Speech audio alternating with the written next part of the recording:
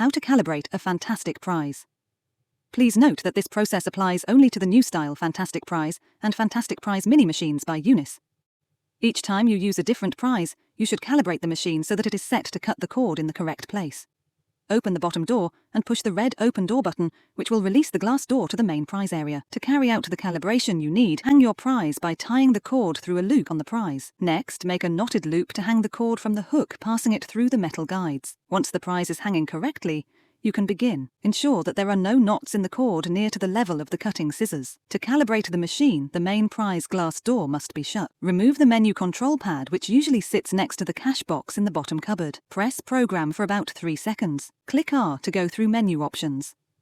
Click to paraset and confirm, continuing clicking R to go through options until you come to Run Max, option 8, and press Confirm.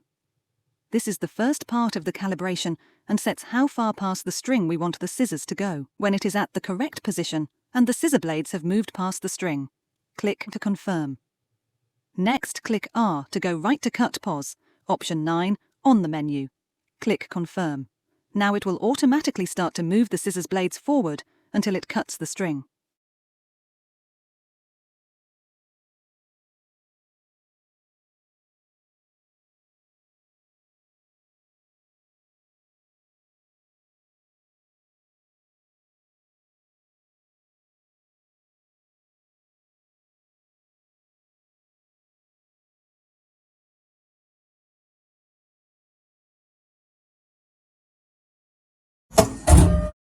This calibrates it for the particular prize on the string.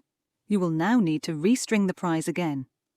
Please try to ensure that the cord length used is the same as that when you calibrated the machine, as different lengths of cord may make a difference to the calibration.